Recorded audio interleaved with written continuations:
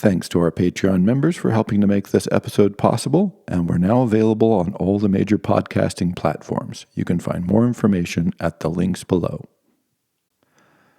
Good evening, ladies and gentlemen, and welcome to the Prolegomena to Any Future Metaphysics by Immanuel Kant. This is the preface, introduction, and the first section that we'll go through here.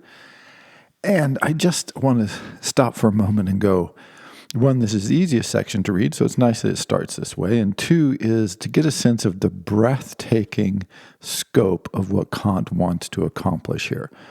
And he starts right off. This is just after the beginning of the preface, and he says, "There are scholars for whom the history of philosophy, ancient as well as modern, is itself their philosophy. The present prolegomena have not been written for them." There you go.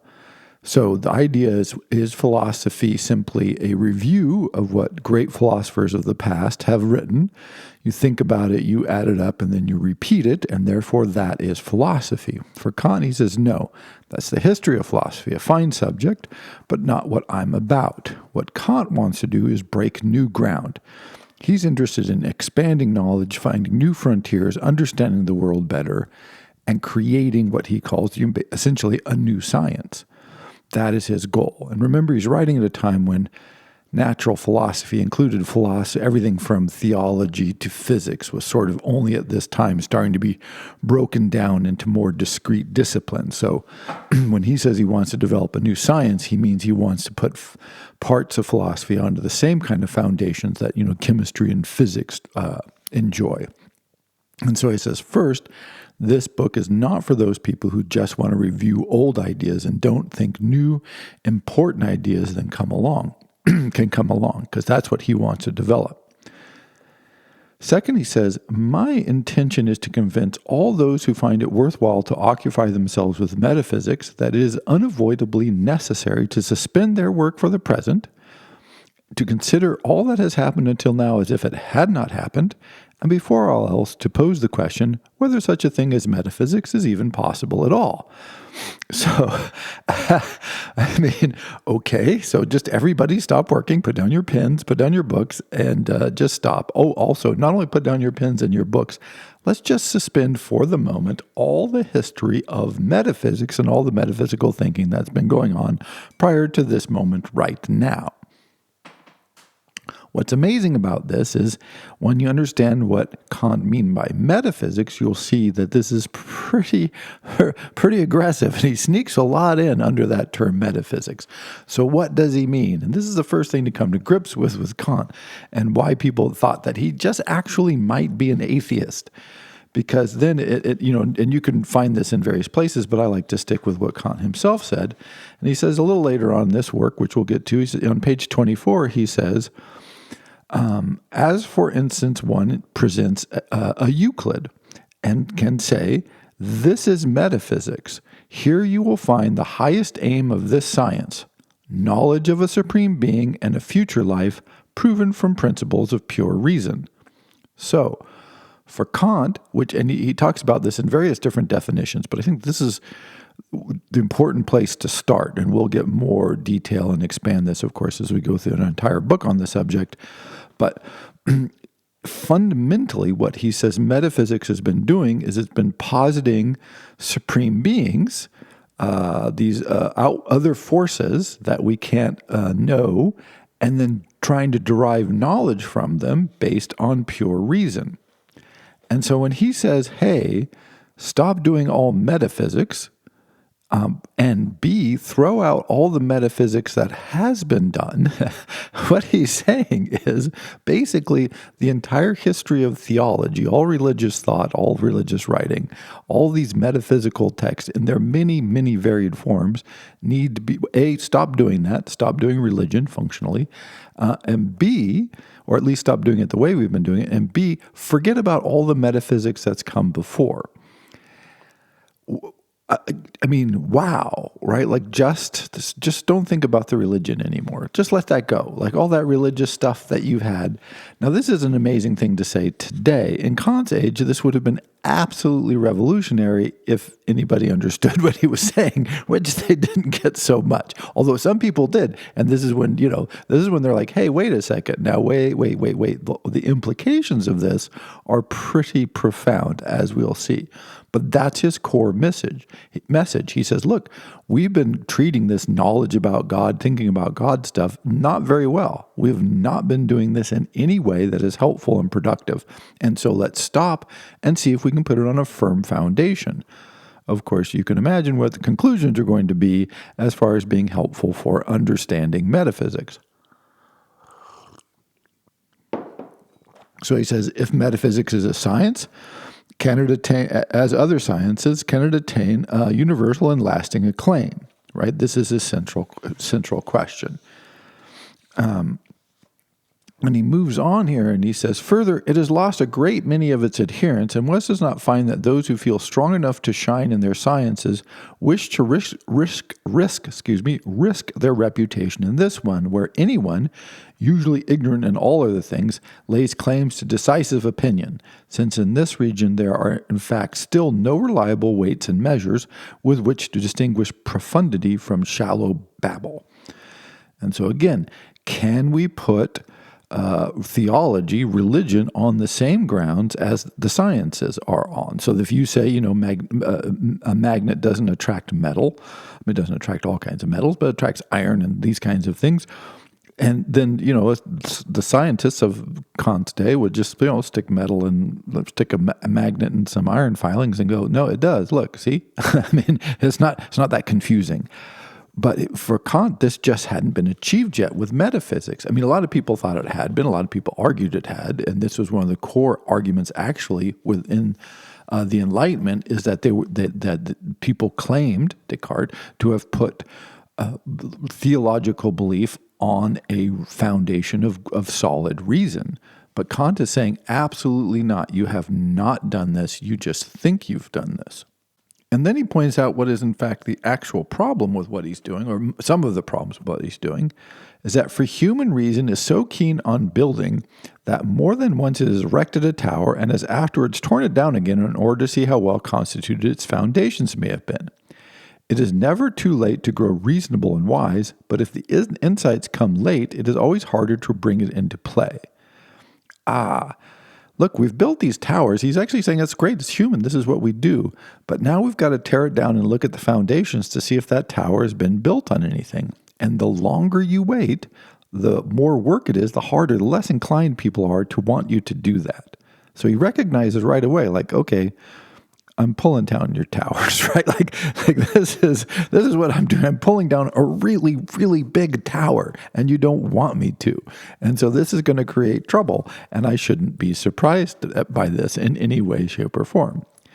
And he says, one chapter later, nevertheless, I venture to predict that the reader of these prolegomena, who thinks himself, will not only come to doubt his previous science, but subsequently will fully be convinced that there can be no such science unless the requirements expressed here, on which its possibility rests, are met.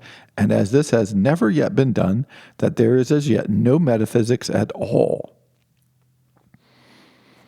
And there you have it, right? Like, so far, there have been no metaphysics. It's all been nonsense. I mean, again, we're on page, 2? So page 2 in, and Kant has but the way he does it is so nice that you don't think that he's just said to an incredibly religious culture with 2,000 plus years of metaphysical reasoning behind it that, well, so far, basically, nothing has been done. And then he goes on to pays basically a tribute to Hume, because he says Hume started mainly from a single but important concept in metaphysics, namely that of the connection of cause and effect, and also derivative concepts of force and action, and called upon reason, which pretends to have generated this concept in her womb, to give an account of by what right she thinks. And what Hume does in his argument, a little bypass to Hume here, is functionally he says, look, there's no way you can know that all causes have effects and all effects have causes, because you'd have to be, you'd have to be omnipotent, right? You'd have to be across all time and across all space and know everything that's ever happened, and therefore you'd have to say every cause has an effect, and every effect comes from a cause. He says, we just reason this out from our experience, and since we know our experience is limited, this is probably not good. So, wow. Think about this. I mean, if you attack cause and effect, right? Like, this is fundamental. But what he accuses Hume of then doing, and he says this woke him from his slumbers. He actually says, this was the thought. It was his work that woke me from my just natural thinking. Like, of course our experiences tell us this. Of course there is this necessary connection between cause and effect. But once you realize, like, where does this come from? Like, how is it that we've come to think that this is what's happening, and believe it must be so.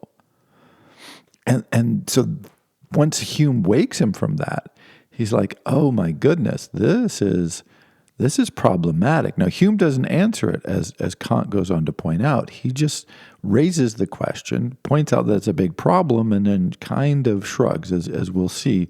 He speaks to this in just a moment. And he goes on to say the problem for this was that nobody understood Hume at all, and that Reid, Oswald, Beattie, and Priestley all attacked him, but they missed the point.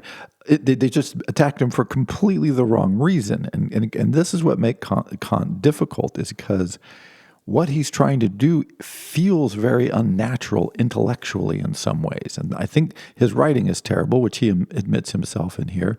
But part of the problem is he really is trying to ask us to think questions differently than would appeal natural to us.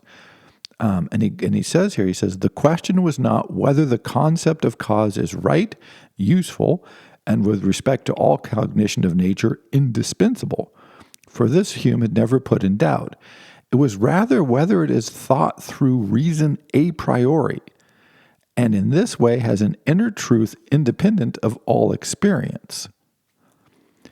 So, and for Kant, this is absolutely the question. It's not so clear that was the question for Hume, but for Kant, this is absolutely the question.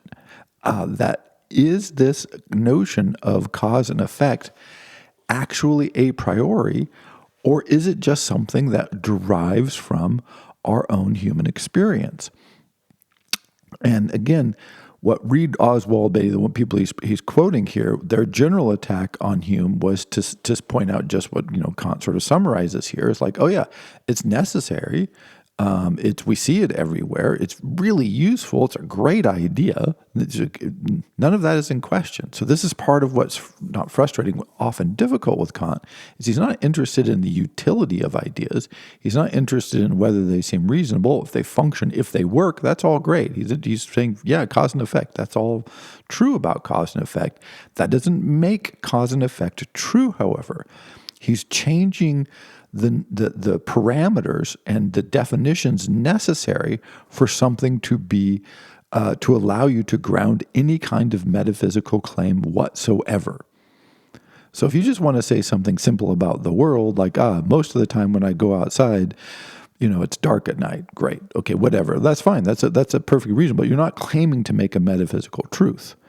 What Kant wants is to try and ground our thinking in absolutes, and so that we can really, really know that what we're saying has a shot at being true.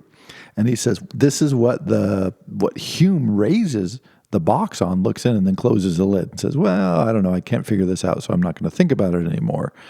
And then he gets attacked, but they say they're attacking him for the wrong reasons, because he was perfectly willing to allow them to believe all this stuff. It just doesn't make it true. And then Kant goes on to make the notion about, common sense, right, which is always, well, this is common experience, this is general outcomes, this is all these sorts of ideas. Kant's like, yeah, that's all. People do that all the time. It just has no relationship with truth, unless you want to redefine it. It certainly has no relationship with truth of how Kant wants to define it. And he goes on to say, I freely admit that the remembrance of David Hume was the very thing that many years ago first interrupted my dogmatic slumber and gave a completely different direction to my research in the field of speculative philosophy. That is it. This is the idea. He woke me and I went, oh. But he says what happened with Hume is that he left this. What he did is he developed a skepticism and then just said, well, I don't think this is solvable. I don't think this is addressable. So I'm just going to leave this. He says, leave it on the beach to rot, right, in the ship of skepticism. And Kant says, no, I don't think you have to do that. I think your objections that you can't see a way to answer, I think I have. Hence, any future metaphysics. I think I know how we can go about doing this. And that concept, that desire, he says, of Hume, he says directly, he says, likewise, sound common sense and speculative understanding are both useful, but each in its own way. The one when it's a matter of judgment that finds their immediate application in experience. The other, however, when judgments are to be made. Turn the page here. When judgments are to be made in universal mode out of mere concepts, as in metaphysics, where what calls itself, but often is not, sound common sense has no judgment whatsoever. Right, so judgment is not supposed to play a place. So the fact that people have common sense, et cetera, is fine. So Hume develops this skepticism towards knowledge, and Hume also foresaw nothing of any such possible formal science, but deposited this ship on the beach of skepticism for safekeeping, where it could then lie and rot. Whereas importance to me to give it a pilot who, provided with complete sea charts and a compass, might safely navigate the ship wherever seems good to him, following sound principles of the helmsman art and drawing from a knowledge of the globe. So there it is. Hume raises the question, can't figure out how to navigate these waters, so just puts his ship on the shore. Just call it skepticism. I'm not going to go in those waters anymore. And people attacked Hume for the wrong reasons, because it's like, yeah, I'll admit it's a good opinion, it's all works, all this. But now Kant wants to enter the picture and say, no, these waters are navigable. I can get us out there. And again, this has always opened up new ground, new space, new navigations. This is Kant's idea. He really wants to lay out something new and beautiful and powerful. And this leads him to want to be very precise in his language, because he's trying to create new language for thinking new thoughts. And so the rough way that he presents his text, part of it is just he wasn't a great writer in those terms, but also part of it is he's struggling to try and think in new ways. And when you try and do that, you will, if you try to do this yourself, you try to think new thoughts, your first couple of tries and passes at this will be awkward, unpleasant, difficult. It's tough, because we're working against the nature of what we've been trained, what we're used to, which comes naturally to us. And so this is where Kant is trying to fall back on like a kind of sort of pseudo-scientific method of very tight definitions, very clear use of evidence, very well-defined grounds on which he wants to work, so that he can, in fact, make this argument navigable. It can produce this new thing into the world. So then he goes on to say, preamble on the distinguishing feature of all metaphysical cognition. So saying like, hey, this is what I want to do.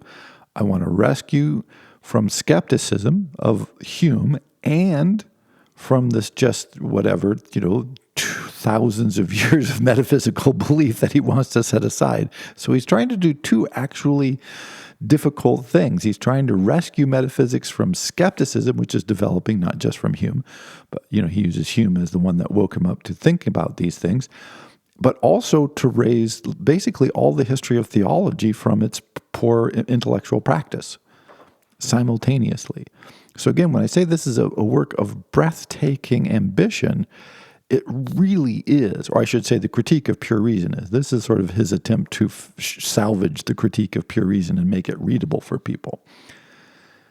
So he jumps right in and he says, okay, what is it? What is metaphysics? And he says, first, concerning the sources of metaphysical cognition, it already lies in the concept of metaphysics that they cannot be empirical, period.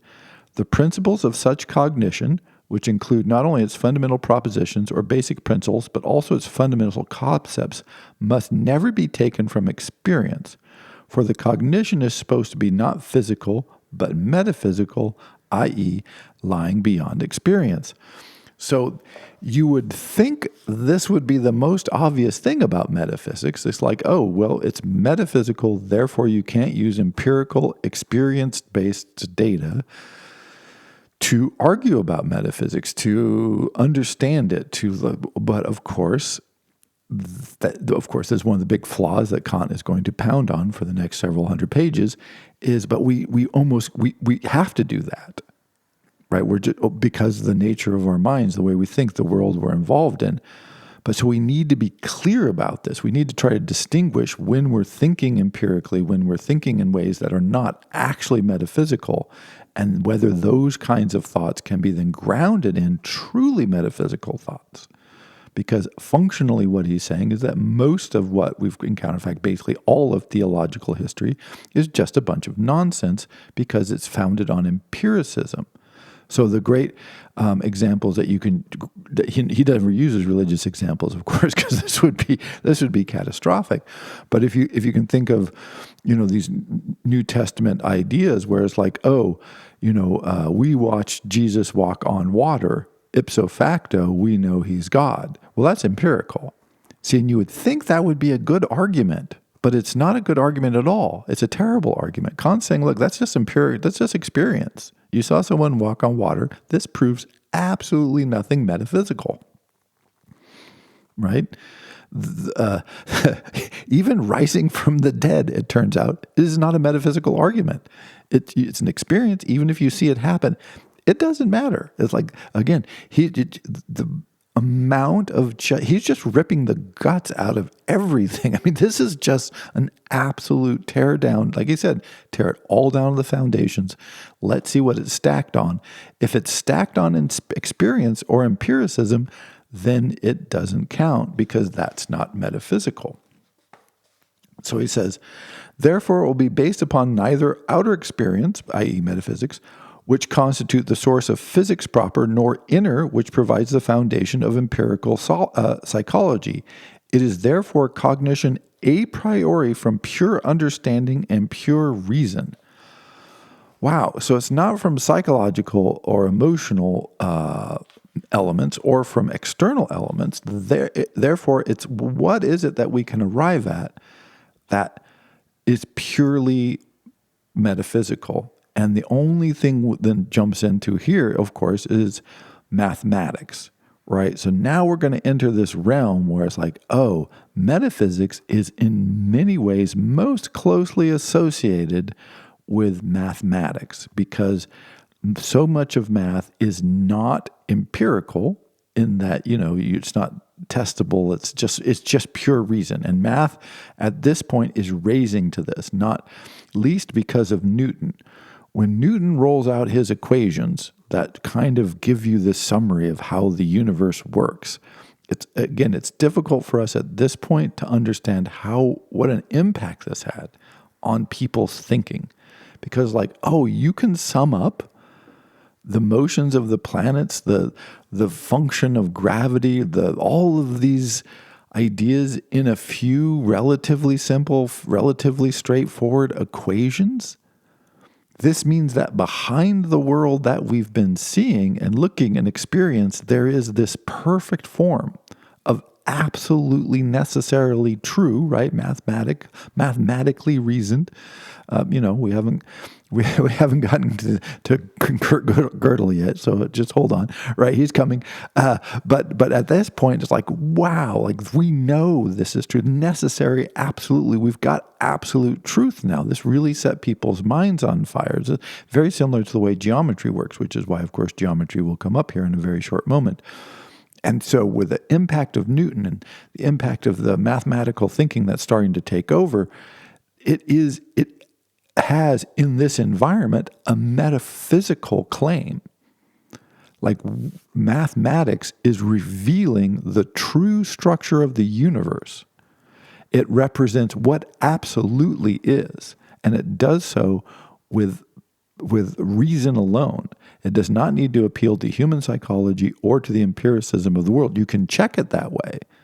And that's nice that it works out. But what's most important is that the equations say it is so, thus it is so, because the equations are tied into or representative or grow out of some greater metaphysical unity that drives and creates the entire universe. And that kind of Pythagorean mysticism really drove a lot of the mathematical thinking right up and down to the point of Bertrand Russell, right? This is what Bertrand Russell is trying to do. He's trying to give this purity and this absolute foundations to mathematical thinking that would then allow you to drive everything in the universe that is true.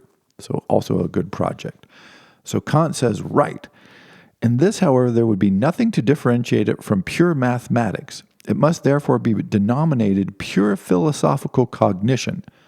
But concerning the meaning of this expression, I refer to the Critique of Pure Reason, where the distinction between these two types of use of reason has been presented clearly and sufficiently, so much on for the sources of metaphysical cognition. So again, he's saying, functionally, this is very much of a type with mathematics. However, it is not identical, and he goes into a lot of details about why that's so, but we'll just keep moving along there. If you're interested, again, it's towards the end of the Critique of Pure Reason. It's way late. I'm trying to remember where it's. It should say. Let's see. It's late in Critique of Pure Reason. So, Part 2, on the type of cognition that alone can be called metaphysical, on the distinction between synthetic and analytic judgment in general. Okay. So what exactly Immanuel Kant means by synthetic and analytic, and when you can be sure you have an analytic and when you can be sure you have a synthetic concept, are both vitally important to what he's trying to do and still the subject of debate. So if you feel confused at times, not necessarily about the main concepts, which I think are fairly clear, but when you're encountering one and when you're encountering the other, and should we believe Kant when he says that one is one kind and not another, that's definitely up for grabs. But the basic ideas, and this is one, if you've got a pencil and paper ready or a pen handy, this would be a good time to get them out and get ready to take a few quick notes, because these do get a bit confusing. So he goes on, he says, right. So you have analytic, which is basically, it's a phrase or an idea or a judgment, as he calls them, a judgment that an analytic judgment simply means it is necessarily true in the nature of the thing itself. So the example he gives is that all bodies are extended. So what extended just means basically takes up space, right, in the universe. So what Kant's saying here, I mean, we can argue about whether this is true, but what he means is when you say that you have a body, you're assuming something exists. And if something exists, then it takes up space. So you haven't really said anything new. You've basically you're just rephrasing the definition of the thing as it is conceptualized already. So to say a body has extension is an analytic concept because it's contained in the idea of body itself. It's not adding anything new. And here he says, by contrast, the proposition some bodies are heavy contains something that is not a predicate, that is not actually in the concept of body. Because we can imagine a body that is light versus a body that is heavy, plus we have the whole concept of what light and heavy mean, which are, of course, relative concepts, then you have a synthetic judgment. This is a judgment that adds elements that are not simply contained in them. So it adds something of concept and therefore must be caused a synthetic judgment. So analytic, very straightforward. It means you're actually not saying anything new. You're just restating what is already known and what is contained in the concept of whatever it is you're talking about already. And so he says and then synthetic, let me pause. And then synthetic is when you add new information. So the extended body, or it's really, trying to find truly analytic claims is one of these things like, is there such a thing as an analytic claim? Or an analytic judgment? It's tricky, but it's all that, Socrates is a man, right? If the concept of man already contains everything that we need to know about this, all men are mortal, therefore Socrates is mortal. If the idea of man contains the idea of mortality, then that is an analytic judgment. Then you would say, oh, man already contains this. So when you say Socrates is a man, you've already said Socrates is mortal. Therefore, that's an analytic statement or judgment about Socrates. It's not a synthetic judgment, if that makes sense. I hope it does. So a synthetic judgment is to say Socrates is a fat man, because not all men are fat. And no reason to believe Socrates was fat, by the way. That now we're saying we're adding some information, we're adding something to our judgment. And so then borrowing from mathematics, which generally argues from contradiction. So it's one of the easiest ways to prove things in mathematics, although is the easiest the right term there? One common way, let's put it that way, is if you can prove contradiction between certain things, then you know something has gone wrong somewhere, and therefore your judgment must be wrong. So he says, all analytic judgments rest entirely on the principle of contradiction, and are by their nature a priori cognitions, whether the concept that serves for their material be empirical or not. Okay, so now we have to deal with the notion of a priori and a posteriori, because again, you've got your synthetic judgments, analytic judgments, a priori judgments, and a posteriori judgments. And those four things that make a bunch of categories will be very, very important. If we don't follow that, we're not going to make any headway at all in Kant. So a priori judgments are universal, and if there's any logic in the universe, which Kant always seems to assume, are necessary. They do not rely on sensory experience whatsoever. And the one example that he uses is 7 plus 5 equals 12. So that is a priori judgment. An a posteriori judgment are those derived from experience that could be otherwise. So I go outside and it's raining. That's an a posteriori judgment, because it could not be raining, and it might not be raining later, and it might have not been raining earlier. So a priori judgments are those which are necessarily true, and necessarily true probably everywhere, simply by the nature of the universe, whereas a posteriori judgments are not. They are from experience, and they could be otherwise. So the fact that it's not raining does not prove that it can't ever rain. Whereas if 7 plus 5 at some point were not 12, now we've got trouble, right? Something is seriously wrong somewhere, right? It would be falsified, and we'd have a lot of problems in mathematics. So that's sort of what he's working at here. And so then you combine these with analytic and synthetic to create the categories. And so the first one he talks about is, he says, judgments of experience are always synthetic. And again, this is where empiricism, of course, is going to be from experience. And so this is why he wants to be so suspicious of that. And then he extends this by saying mathematical judgments are one and all synthetic.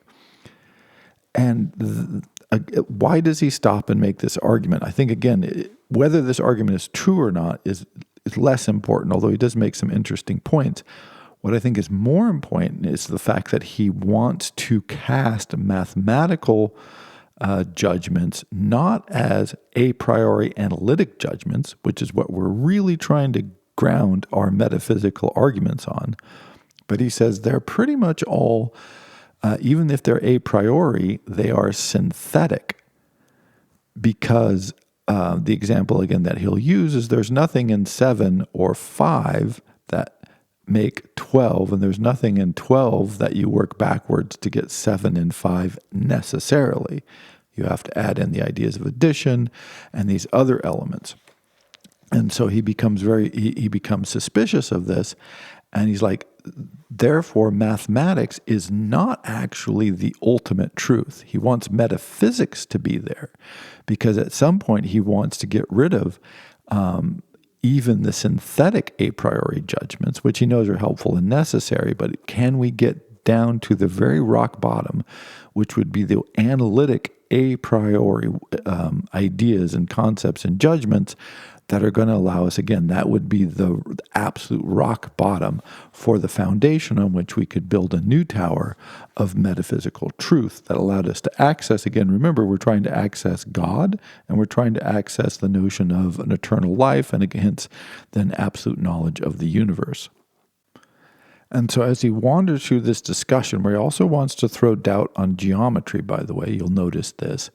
This is the core thing to keep in mind, is that we're trying to ground our knowledge in the way that pure mathematics is grounded, but in a way even better and more sophisticated. And he wraps this up. Again, you can follow through all the mathematical argument.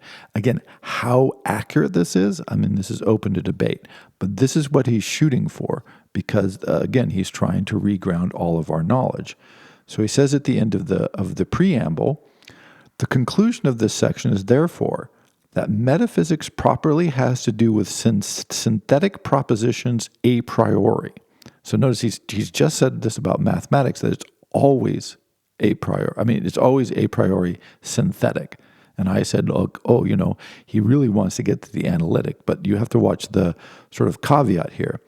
And these alone constitute the aim, for which it is indeed requires many analysis of its concepts, therefore many analytic judgments, in which analysis, though the procedure is to differentiate from in any other type of cognition when one seeks simply to make its concepts clear through analysis.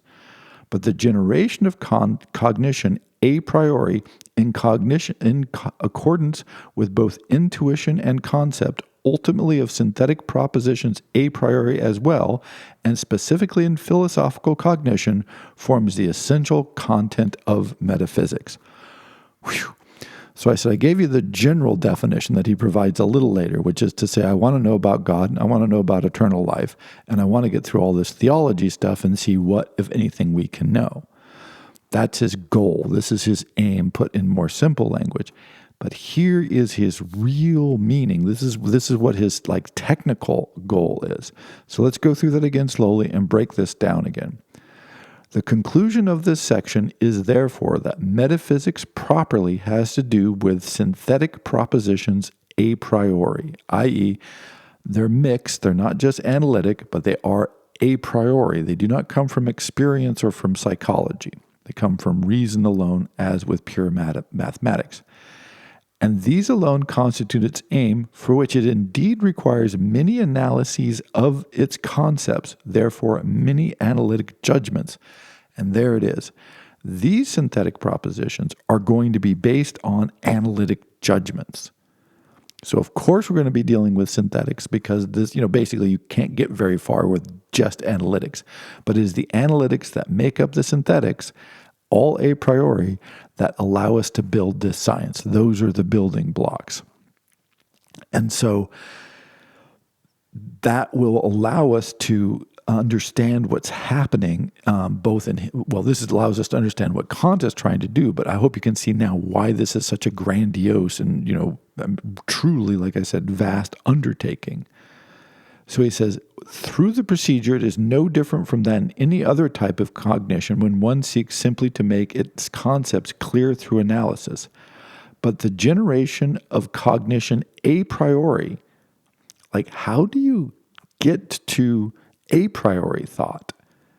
That's the tricky one. In accordance with both intuition and concepts, ultimately of synthetic propositions a priori, and specifically in philosophical cognition, forms the essential content of metaphysics. So this is, okay, I know that's complicated, but this, again, it's so huge that it doesn't seem like he's doing anything. I know it's like you get so close to a really big wall and it doesn't look so big because you can't see it.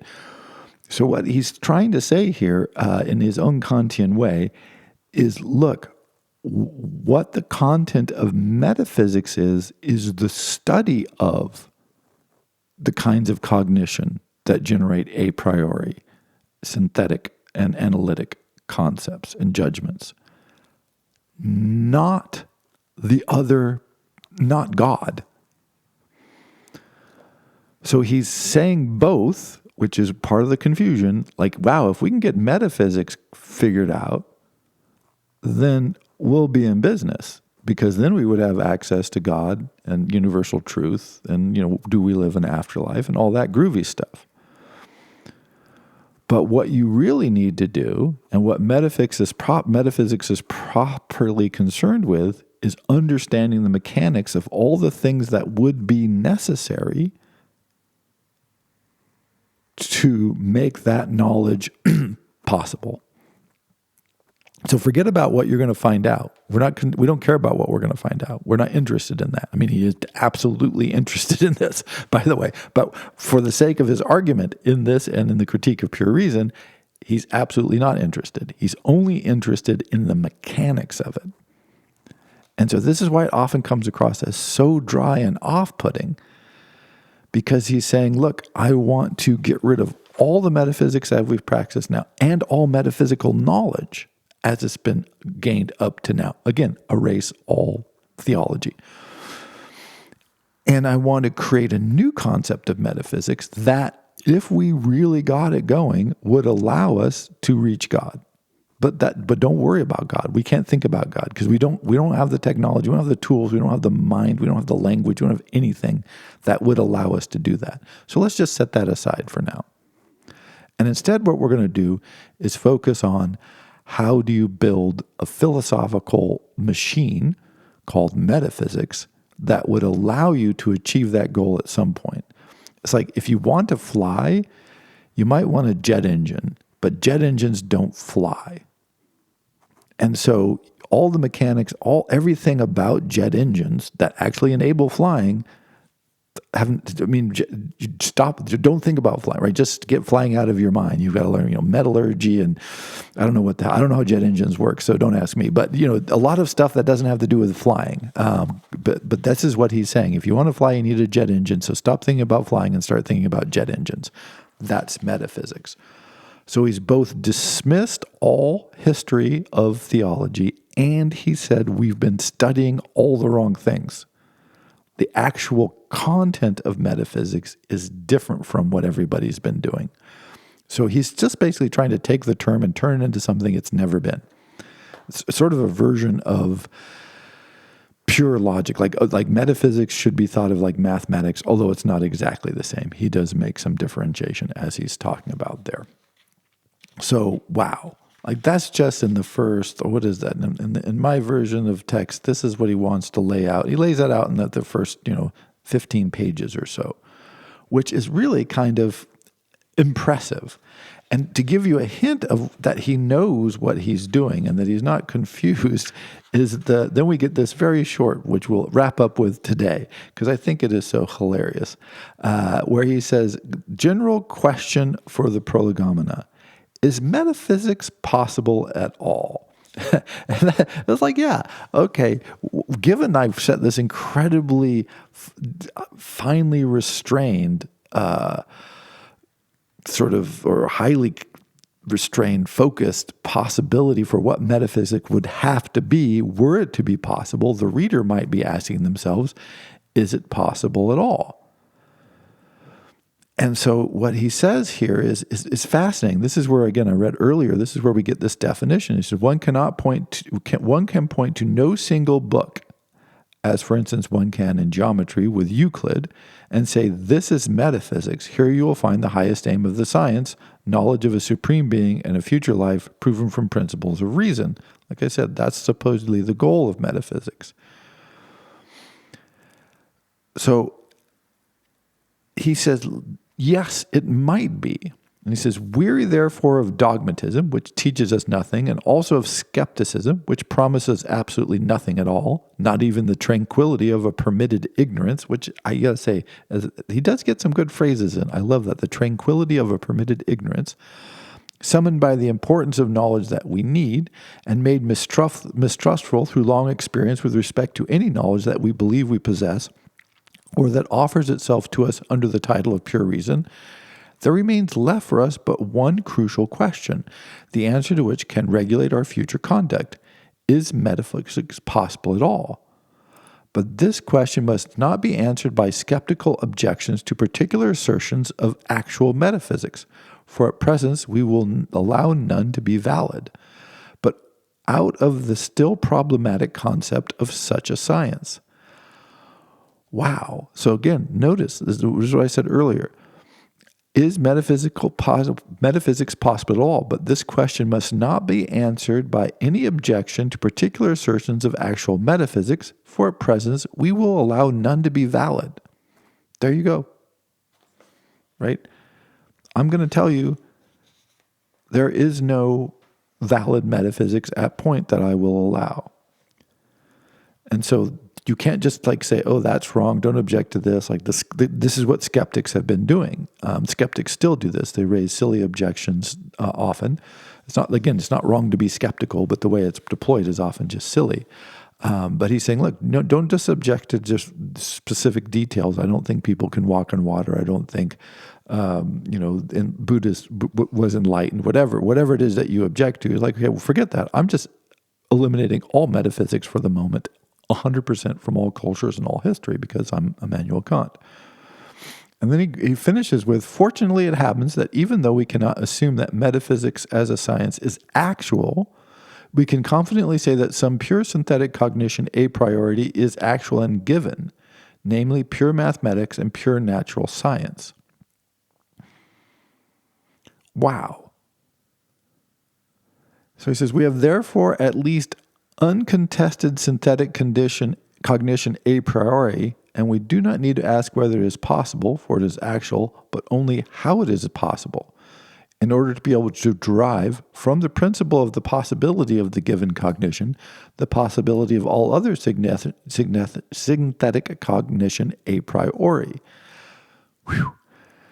So he says here, fortunately it happens that even though we cannot assume metaphysical science is actual, so again, I'm not only saying that there has been no metaphysical science yet, I'm not saying that it can be done, but I am saying, and that even if we can't even assume that it might be able to be done, we can at least point out that some pure cognition exists, which is in pure mathematics and the natural sciences, and therefore we want to ask first, how is it possible that they've achieved that? Because that is a very closely related concept to what I want to do with actual metaphysics, if it's possible. So, Kant doesn't even get around to saying that metaphysics might be possible. What he says is some of the preconditions that are necessary were metaphysics to be possible seem to already exist. And so if we understand well enough how they work in the conditions under which they seem to already exist, that would at least not preclude the possibility of metaphysics from existing, but it certainly wouldn't prove that it does. Whew. So this is why reading Kant is a little frustrating and challenging, and we'll knock off there for today because I think I've rambled on long enough. I hope I'm making this clearer and not less clear. But this is him laying the groundwork. It's very, very important and very clear. These first opening chapters, very clear, somewhat clear relative to Kant. These first opening sections, and again, so he's just laying the groundwork. Get rid of everything we've had. Don't assume that we can actually achieve metaphysics. But note that there are some elements of what we would want to have if we were going to be able to achieve metaphysics that already exist. So let's try and understand those and see if we can make any headway if we start from there. That is both how huge his project is and how narrow and specific is his opening and how very, very restrained his claims for the possibility of ever actually accomplishing anything. So, first section, Prolegomena to any future metaphysics from Immanuel Kant. Thank you.